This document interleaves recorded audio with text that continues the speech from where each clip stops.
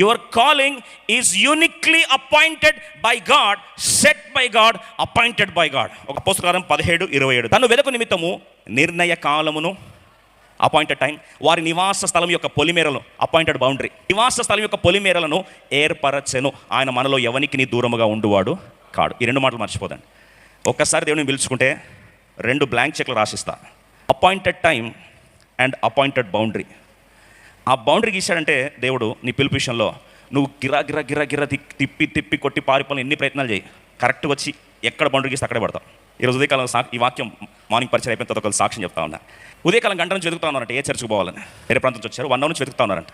ఇలా బయలుదేరి కరెక్ట్గా కొండాపూర్ క్రాస్ రోడ్కి వెళ్ళి మళ్ళీ యూటర్న్ తీసుకున్నారంట. ఇది బోర్డు చూసి మళ్ళీ అటు వెళ్ళాలని ప్రయత్నించి లోపల దేవుడు సంధిస్తున్నట్టు లోపల నడవని. తెలుసా అండి, లోపలికి వచ్చారు, పట్టబడ్డారు. వాళ్ళు ఏమంటారు తెలుసా? God has set our boundary, we could not cross that boundary అని. పిలుపు ఎంత బ్యూటిఫుల్ అంటే, దేవుడు ఒక్కసారి పిలుపు నిర్దేశిస్తే నువ్వు ఎన్ని ప్రపంచాల్లో ఎన్ని ఖండాలు ఒకవేళ తప్పించుకొని పారిపోవాలని ప్రయత్నించినా ఎలా ఉంటుంది తెలుసా? ఒకరోజు యోనా అనుకున్నాంట నేను తప్పించుకొని వెళ్ళిపోతానని చెప్పి. ఆయన నినివేకి పోవాల్సి ఎక్కడికి వెళ్తున్నాడండి?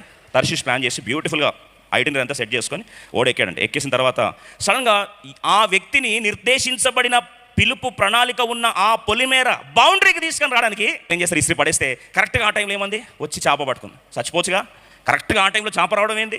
వచ్చి పెద్ద చేప వచ్చి కరెక్ట్ ఏం చేసినట్ట? ఫీల్డింగ్ చేసినట్ట. పిలుపుతో మజాకులు ఆడొద్దు. ఎందుకు చెప్తున్నా? Don't play with the calling of God because it is appointed, the boundary set. తిరిగి నువ్వు ఎంత చేసినా లాస్ట్కి వచ్చి ఏం చేస్తావు?